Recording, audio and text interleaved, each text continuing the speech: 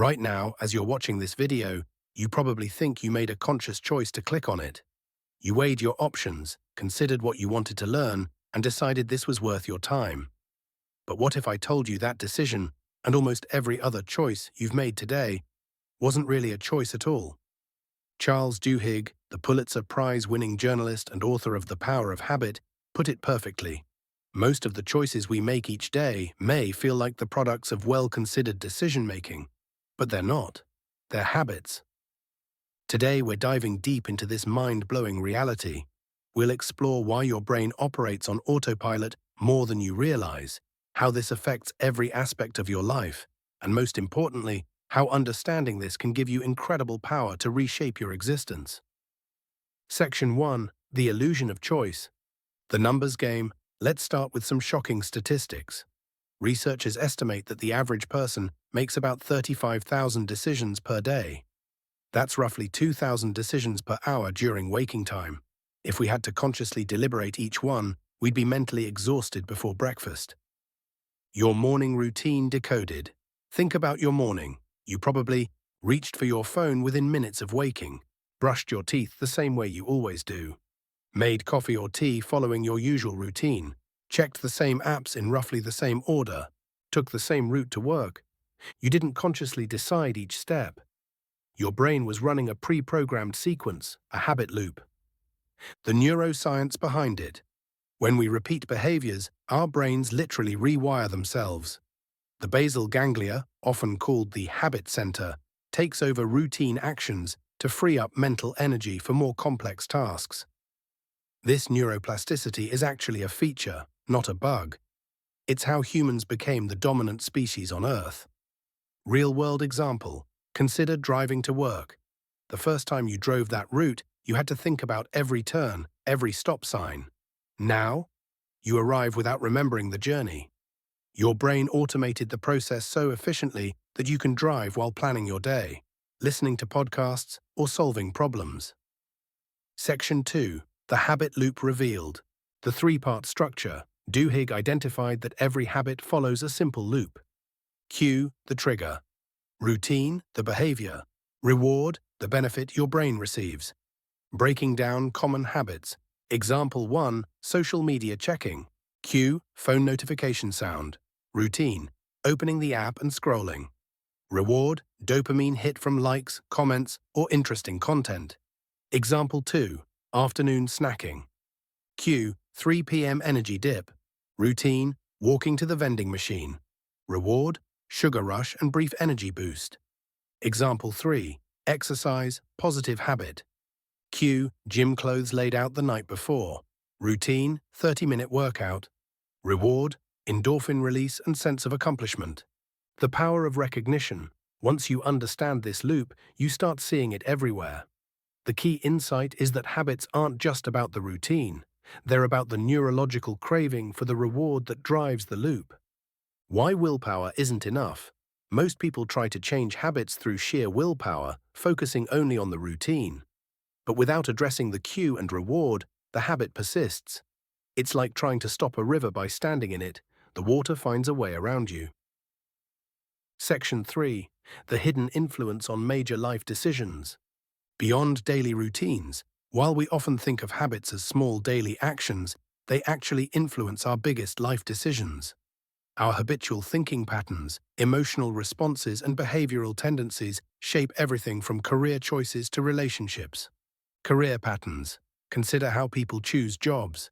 Most don't conduct exhaustive research of every possible career. Instead, they follow habitual patterns, gravitating toward familiar industries, choosing roles similar to previous ones, networking within established circles, making decisions based on comfort zones.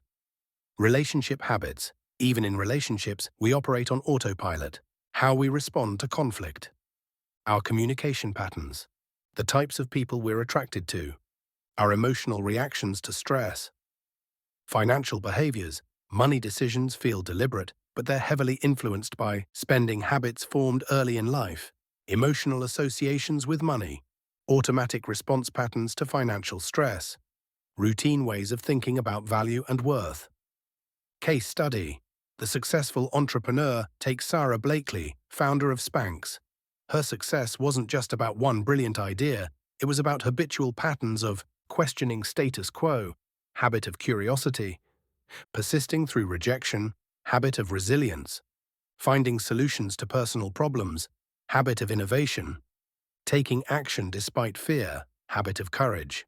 These weren't conscious choices in each moment, they were deeply ingrained response patterns that automatically guided her behavior. Section 4. The Science of Habit Formation. The 66-day reality. Popular culture says it takes 21 days to form a habit, but research by Dr. Philippa Lally at University College London found the average is actually 66 days, and it can range from 18 to 254 days, depending on the complexity of the behavior. Neuroplasticity in action. When we repeat behaviors, our brains create and strengthen neural pathways. Imagine these pathways like trails in a forest. First time, you're bushwhacking through dense undergrowth. After repetition, you've created a clear, easy-to-follow path. Eventually, it becomes a superhighway your brain travels automatically. The role of dopamine. Contrary to popular belief, dopamine isn't just about pleasure, it's about anticipation and prediction. When a habit is fully formed, dopamine releases when you encounter the cue, not when you get the reward. This is why you feel compelled to check your phone when it buzzes, even before seeing what the notification is. Environmental factors. Our surroundings dramatically influence habit formation. Studies show that people are more likely to maintain new habits when they or change their environment. Remove cues for bad habits, add cues for good habits, surround themselves with people who have the desired habits. Taking control. Practical strategies. Strategy 1. Habit stacking. Developed by B.J. Fogg at Stanford, this involves attaching new habits to existing ones. After I pour my morning coffee, I will write 3 things I'm grateful for. After I sit down at my desk, I will review my daily priorities. After I brush my teeth, I will do 10 push-ups. Strategy 2. Environmental design. Make good habits easier and bad habits harder. Place a book on your pillow to encourage reading before bed. Put your phone in another room to reduce mindless scrolling. Lay out workout clothes the night before. Keep healthy snacks at eye level in the refrigerator. Strategy 3. The 2-minute rule. When starting a new habit, make it so easy you can't say no. Want to read more? Start with 2 pages per day. Want to exercise? Start with 2 minutes of movement. Want to meditate? Start with 2 minutes of breathing. Strategy 4. Identity-based habits. Instead of focusing on outcomes, focus on identity. Don't say, I want to run a marathon. Say, I am a runner. Don't say, I want to write a book. Say, I am a writer. Don't say, I want to eat healthy. Say, I am someone who takes care of my body. Strategy 5. The habit loop intervention. For changing existing habits, identify the cue. What triggers the behavior? Experiment with rewards. What are you really craving? Plan the routine. What new behavior can give you the same reward? Real-life transformation. Example. Meet James Clear, author of Atomic Habits. After a serious baseball injury in high school, he used these principles to rebuild his life. Started with tiny habits, making his bed, arriving early to class. Stacked habits together, studying immediately after arriving at library. Focused on identity, I am someone who shows up consistently. Gradually built momentum. The result? He became an all-conference athlete in college and later a best-selling author, all through the compound effect of small, consistent habits. Section 6. The compound effect. Small changes, massive results.